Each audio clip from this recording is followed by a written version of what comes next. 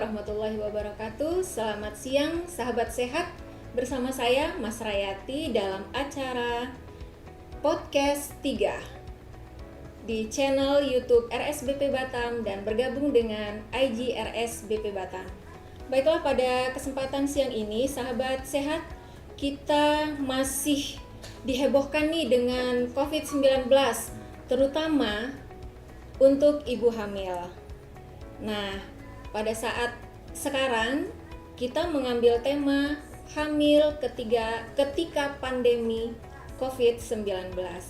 Dan terima kasih, di sini kita sudah menghadirkan salah satu dokter terbaik RSBP punya, Dr. Wahyudi SPOG. Selamat siang dokter, assalamualaikum. Siang Bu Imas, waalaikumsalam warahmatullahi wabarakatuh. Selamat siang, assalamualaikum sahabat sehat di seputaran Batam pada khususnya, dan masyarakat Indonesia mungkin yang bisa mengakses IG kita RSBP Batam.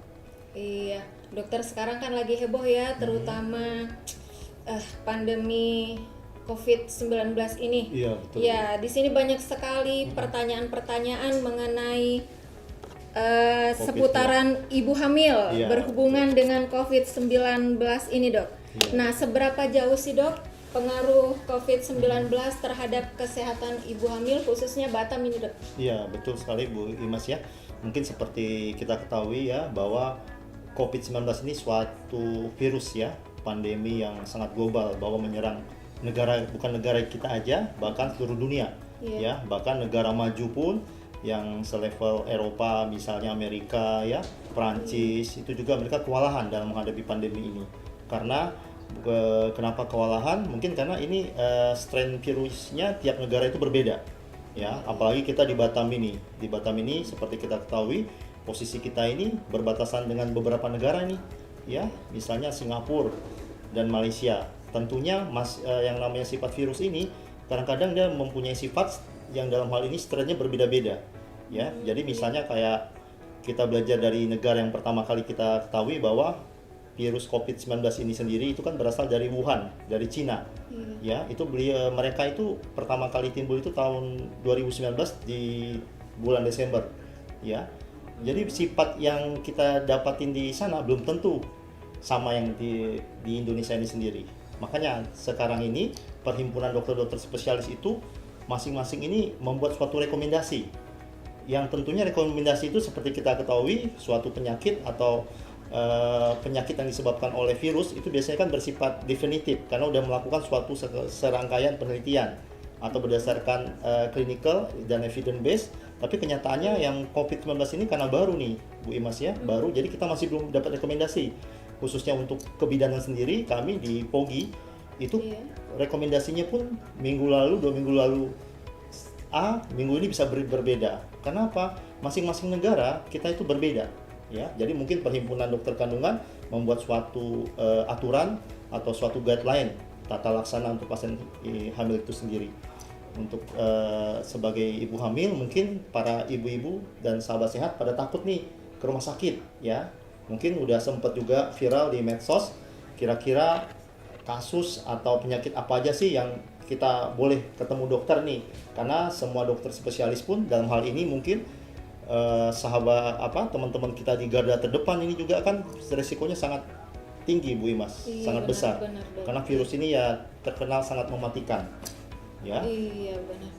Jadi sekarang mengenai pemeriksaan nih, Dok, pemeriksaan ibu hamil kan kalau misalnya nih sebelum pandemi ini masuk nih ke negara kita, mungkin rutin 1 bulan sekian sekali. Kemudian hamil trimester 1, trimester 2 dan trimester 3 itu berbeda. Makin tinggi trimester makin sering mereka pemeriksaan kehamilan.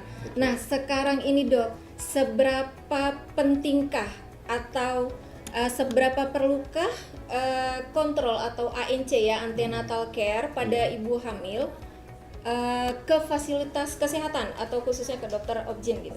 Iya, betul sekali ya. Memang secara rekomendasi WHO itu kalau tidak di musim pandemi sekarang ini, kita disarankan itu kontrol ke fasilitas kesehatan, dalam hal ini bisa rumah sakit maupun ke dokter kandungan, itu trimester pertama itu sebaiknya 1 kali, trimester 2 1 kali, dan trimester ketiga 2 kali, itu minimal. Ya, tapi kalau kita bisa rutin tiap bulan itu lebih baik.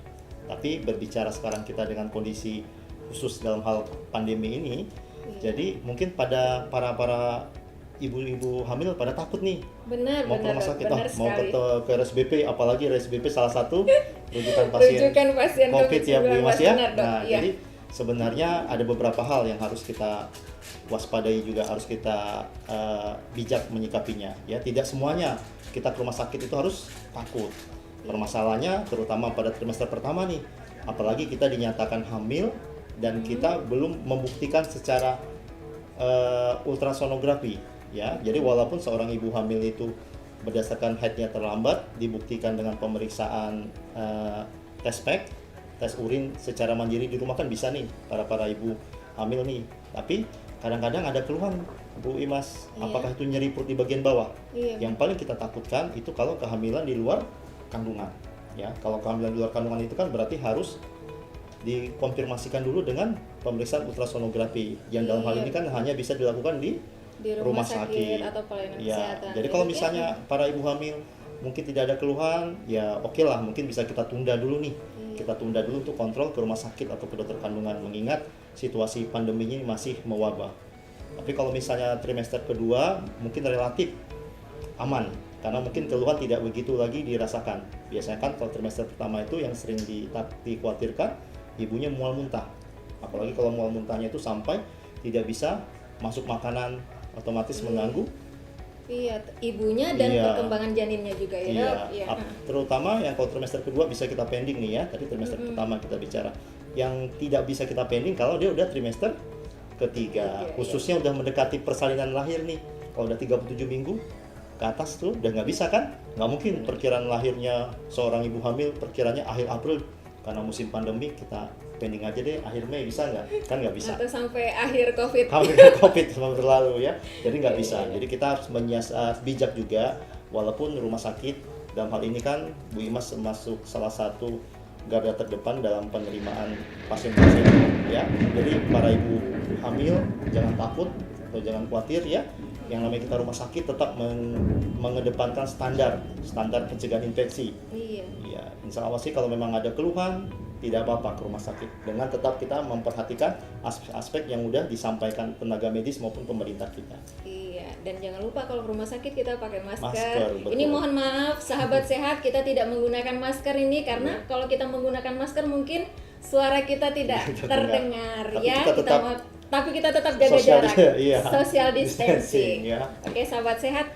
Baik, nah kita lanjutkan lagi dok. Nih, sekarang kan ya mungkin di masyarakat sudah mengenal nih ODP, PDP, OTG ya. Betul. Nah, metode apa sih dok yang paling aman seandainya seorang ibu hamil dia terindikasi PDP? Iya, memang sih sekarang kita dengar ya ada istilahnya PDP atau confirm case sendiri, artinya udah dibuktikan secara pemeriksaan swab PCR itu udah dibuktikan yang positif, berarti ini pasien ini udah pasti positif.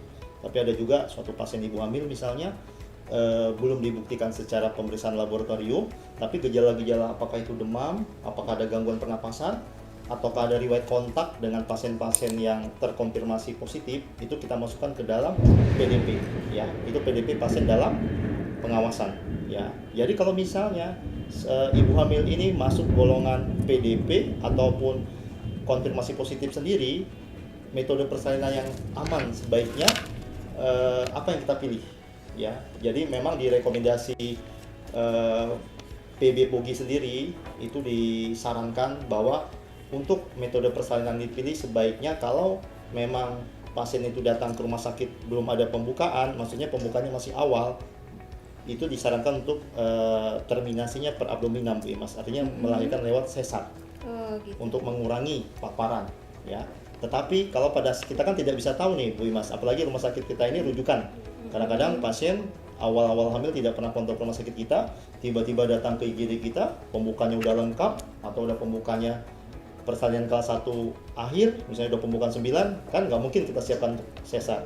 Otomatis kita harus lahirkan secara normal, tentunya dengan petugas kita menggunakan alat pelindung diri ya sesuai standarnya. Gitu ya dok ya, lumayan juga kita harus Berarti kita harus prepare, Betul. positif, negatif kita harus prepare. Betul, Bu APD Imas. lengkap, Iya. betul ya dok ya? Apalagi Dok, di musim pandemi ini, kita harus menganggap semua pasien itu potensinya bisa menyebarkan atau bahkan terindikasi positif. oh gitu. Iya, Ini dokter ada pertanyaan nih dari sahabat sehat. iya. Kalau ibu hamil yang teridentifikasi PDP, apakah bisa menyusui dok? Ya, bagus sekali pertanyaannya ya. Jadi memang ini sahabat sehat, para ibu hamil di seputaran Batam dan sekitarnya. Seperti kita ketahui bahwa sesuai dengan rekomendasi PB POGI dan PB IDAI sendiri, jadi seharusnya kita pada saat lahir itu kita ada namanya inisiasi menyusui dini. Inisiasi menyusui dini. Terus setelah itu artinya kontak nih antara ibu dan bayinya. Jadi pada saat lahir biasanya dokter kandungan dalam hal ini ataupun bidan yang menolong itu akan menaruh di atas dadanya. Sehingga bayi ini dalam waktu 30 menit sampai 1 jam akan mencari ASI ibunya sendiri. Ya, tapi pada kasus pandemi sekarang ini berdasarkan rekomendasi yang terbaru itu bahwa kita tidak membolehkan inisiasi menyusui dini. Ya, gitu. karena risiko kontak. Tapi kembali lagi tadi pertanyaan dari sahabat sehat, apakah boleh menyusui? Tetap boleh, tapi dengan perlindungan diri. Mungkin sahabat sehat dan ibu-ibu pernah lihat di viral ya, ada bayi yang pakai face shield. Tapi ternyata itu benar ya. Jadi saya kirain itu sekedar anekdot atau lelucon, tapi rekomendasi dari PB POGI sendiri dan IDAI. Jadi ibu yang melahirkan kita tidak boleh roaming in, tidak boleh rawat gabung, tapi kita pisahkan. Oh, Pisahkan. Jadi tapi harus kita dengan catatan pada saat ibu menyusui itu ibunya harus menggunakan masker N95, Bu Imas. Nah, nanti sekarang ini dok, lagi susah ya. sekarang jadi anak-anak nih suka mana ya ibuku karena udah pakai masker Iya. nggak kelihatan lagi dok. Cuman yang namanya seorang bayi pasti batinnya tahu mana anaknya ya. Jadi Iya. ibunya menggunakan masker N95 dan tetap pakai face shield dan bayinya pakai face shield. Nah, mungkin itu yang bisa saya Iya, jawab. ada lagi nih dok pertanyaan dari sahabat sehat kita. Nah, kalau ibu yang mau melahirkan apa perlu dok? Di tes rapid dulu? test. Iya. Iya, betul ya. Di kala musim pandemi ini sebaiknya memang apakah ibu yang mau lahiran atau apalagi kalau sampai persalinannya itu kita rencanakan dengan operasi sesar, itu seharusnya kita rapid test dulu Bu Imas. Ya, sehingga kita bisa tahu nih perlakuan kita kan antara ibu yang suspek positif dalam hal ini mungkin rapid test, walaupun rapid test sendiri itu sensitivitasnya cuma 40-50%. Tapi kalau rapid testnya positif kan artinya perlakuan kita tadi. Ya, jadi pasiennya kan tadi kita ketahui begitu habis lahiran mungkin dia tidak bisa digabung dengan pasien-pasien yang lainnya. Apalagi seperti kita ketahui kan, kita kan merawat bukan hanya satu pasien ini aja, lebih bisa beramai-ramai. Jadi kalau rapid test itu sebaiknya dicek, Bu Imas. Iya, sebaiknya rapid test dulu ya, sahabat sehat kita. Jadi ya, sekarang mungkin ini ya dok, keterbatasan. Nah, sekarang keterbatasan nih rapid test, gimana ya dok? Kalau ininya? Betul ya, makanya tadi kata-kata saya kok sebaiknya ya, karena tadi idealnya kalau di negara-negara maju ya, atau negara yang ketersediaan alat screeningnya dalam hal ini rapid test maupun PCR-nya yang lengkap, itu mereka semua masyarakat bukan hanya pasien itu di screening semua ya. Bahkan Korea sendiri itu mereka bukan hanya rapid test, di negara mereka itu semua masyarakat penduduknya di PCR secara massal, sehingga kita bisa memutus rantainya.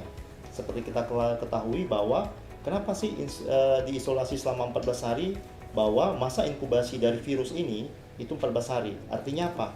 Kalau virus ini, makanya kenapa salah satu dasar kita memakai prinsip physical distancing 1,5 meter. Karena pada saat kita ngomong atau batuk bersin, itu kan keluar dalam bentuk droplet. Droplet itu kalau tidak mengenai inang atau tidak mengenai tempat yang bisa ditumpangin virus ini, itu dia akan mati sendiri di udara terbuka. Kembali lagi tadi, jadi karena sebenarnya karena ketersediaan mungkin apalagi kita Batam mungkin, atau bukan hanya Batam aja, di Indonesia kita masih kurang nih ketersediaan rapid test kita. Bahkan kita rapid test itu hanya diperuntukkan untuk saat ini bagi suatu pasien yang curiga. Paling kita ada satu mekanisme nih yang dipakai para fasilitas kesehatan rumah sakit khususnya. Mungkin pada saat seorang ibu masuk ke rumah sakit kita, seperti tadi kita pada saat ibu hamil masuk ke lingkungan rumah sakit kita Iya. buat situs spanduk besar-besar bahwa kita kawasan wajib pakai masker. Masker. Itu udah salah satu metode untuk memutuskan mata rantai. Yang kedua juga bisa kita ini ada kuesioner yang harus diisi pada ibu hamil, harus yang diisi. Salah satunya apakah ada gejala-gejala dalam 2 minggu ini, demam, batuk, demamnya itu di atas 38 derajat, batuk-batuk, apakah ada riwayat bepergian, ya. Iya. Walaupun sebenarnya kriteria yang riwayat bepergian untuk saat ini kita di Batam udah bukan kasus impor lagi, kita udah kasus transmisi lokal, kita ya. udah termasuk ya dok. Makanya Ya, tadi kejujuran itu lagi Bu Imas yang sangat kita hargai dari para tenaga kesehatan di lini terdepan ini. Karena mohon maaf, kejujuran ibu itu sangat penting bagi kita semuanya, ya. Karena terkadang mungkin para pasien yang datang ke kita itu takut mengasih informasi yang sejujurnya, seobjektifnya. Contoh, mereka tahu nih, kita sering tanya apakah riwayat bepergian ke daerah yang zona merah, atau misalnya mohon maaf dari negara luar yang terindikasi kasusnya banyak, sehingga mereka tahu nih kalau kami jawab seperti itu iya, kami tidak akan dilayani oleh pemberi pelayanan kesehatan, dalam hal ini rumah sakit. Padahal tidak, kita sebenarnya tujuan itu bukan untuk membeda-bedakan pelayanan atau kita tidak melayani, tapi justru kita mempersiapkan nih. Karena jadi tadi kalau misalnya pun kita rapid test tidak ada, dari scoring itu kita udah curiga ke suatu suspek, atau misalnya apalagi pasien yang ada istilahnya OTG, orang tanpa gejala. Iya. Itu kita harus hati-hati Bu Imas, kan ada beberapa kasus di Batam ini dia tidak ada keluhan demam, apalagi untuk mereka yang usianya masih di bawah 40 tahun. Iya, masih fit-fit masih ya, fit Dok? kayak Bu Imas ya. Nah, Dokter juga. Jadi masih Dan sahabat sehat tentunya juga masih Iya. fit-fit. Jadi dia tidak akan menimbulkan gejala, tapi begitu suatu waktu kita screening, kita rapid misalnya positif atau nah itu yang kita khawatirkan. Iya. Ya. Jadi sahabat sehat, jangan khawatir kalau misalnya ke tempat fasilitas kesehatan, jangan lupa menggunakan masker, dan apabila ingin berobat, jangan menjawab yang tidak jujur. Jadi ini untuk kita, bukan untuk mereka-mereka yang di fasilitas kesehatan saja, untuk kita bersama, untuk Indonesia. Iya, betul sekali. Seperti kita ketahui bahwa golongan ibu hamil ini salah satu golongan yang rentan ya untuk terinfeksinya virus COVID ini ya. Apalagi kalau yang udah ada comorbid. Comorbid itu ada penyakit penyerta.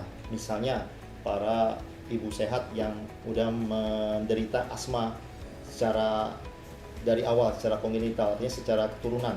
Dari kecil udah ada penyakit asma, apalagi hamil akan memperberat nih Bu Imas ya. Dengan seperti kita ketahui bahwa virus COVID ini sendiri itu menyerang sistem imunitas kita ya, dan salah satu organ yang disukai oleh virus ini paru-paru ya.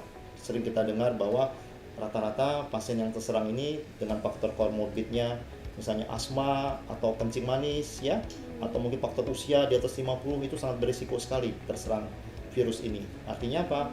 Jadi kalau kembali lagi sumber utamanya imun kita, kekebalan tubuh kita.